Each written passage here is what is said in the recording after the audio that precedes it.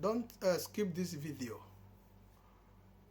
The best you can do for me is to share this video and ensure that it gets to the audience that's supposed to get this video. Meanwhile, I'm actually making this video for special set of people, the ordinary man in the street out there in Nigeria, the ordinary people in the villages, in the rural areas, who are suffering most the hardship that have befallen the country, the nation today. If they cannot understand the English that I'll be using to make this emotional video or post, I would urge you to interpret for them in whatever local language that they can be able to comprehend. You see, during the last election or before the last election, some of us who saw this coming, who have been opportune to travel, to have been exposed to see things about life from different dimensions, to have seen how a nation is properly run. Then when we are campaigning and championing Peter Obi, people never listened. Nigerians were beclouded. The reasoning of Nigerians were beclouded by ethnicity and religion. Today, the reality is here before all of us, and everybody is suffering it. I don't think it's a matter of the obedient now suffering the hardship. It has now affected everybody. Then Obi major slogan was, "Show me where bread is cheaper," or in any religion or ethnic group where, or a particular location where bread is cheaper, and let me go there and buy it. People never understood what the man was talking about. He was clamoring. Let's shift the narrative from consumption to production. They thought it was just about rhetoric, but that was an economic guru who knew how to manage financial resources in his hand as a leader. We saw him did it. We saw him do it in Anambra State. He did it in Anambra State.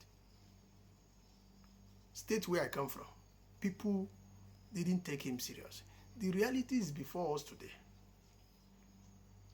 You see the video going through this post. You see now Nigerians to have,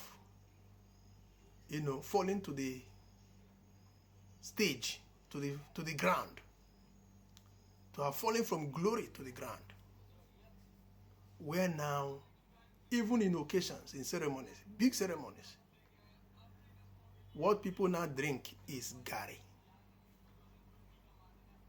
ordinary gari. You can imagine the level of hardship now, the price of cement in the market, the price of gari, ordinary gari, the price of rice in the market. I wouldn't want to mentioning the commodities one by one. The reality is before us today. If we must learn a lesson, let us learn it now in a hard way, because sooner or later, another election will be before us. My advice to the general public, especially the common man, because at the end of the day, the common man in the street are the receiving end. The common people, the downtrodden, the middle class, those who do not have assets to the national treasury or treasure, to the national cake. They are the receiving end. They are the ones to suffer it most. Those who receive the meager minimum wage. Imagine a country where the bag of rice today is above 70,000 naira. Where the minimum wage of civil servant is at 30,000 naira. Who does that? Who survives with that? It may get worse.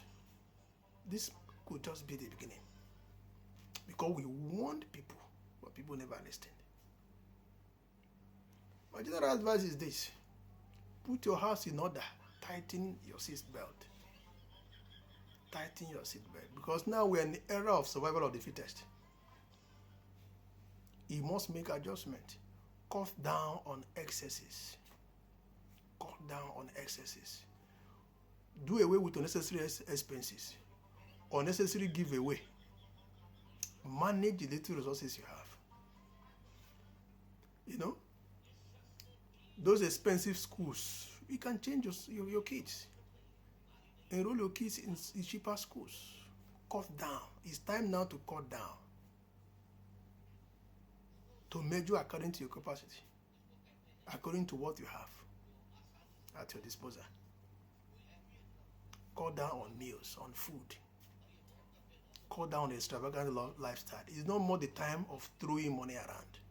The reality is before us now. One source of income now, if you're a worker, if you're a civil servant, a salary earner, is no longer enough. That is the reality.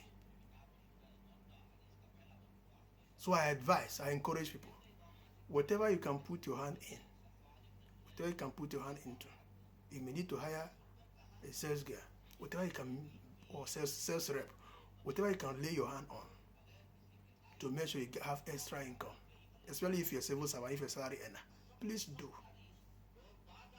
Please do. I really feel for family people because they are going to feel the heat more. Family of 4, 5, 6 children. I wonder how people are going to survive this time. It's really pathetic.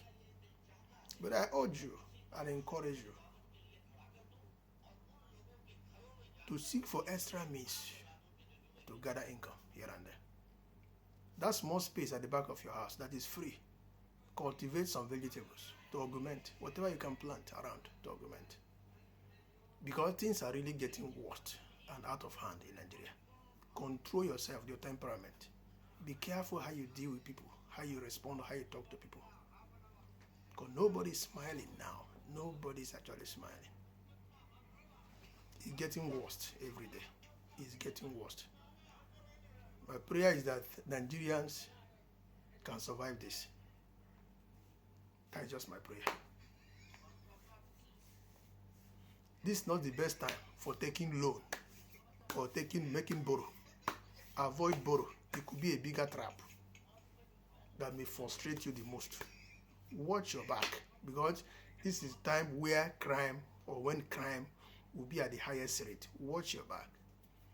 Armed robbery, kidnapping, and what have you. One chance. All sorts of evil or vices. Watch your back. Be on guard. Protect your territory.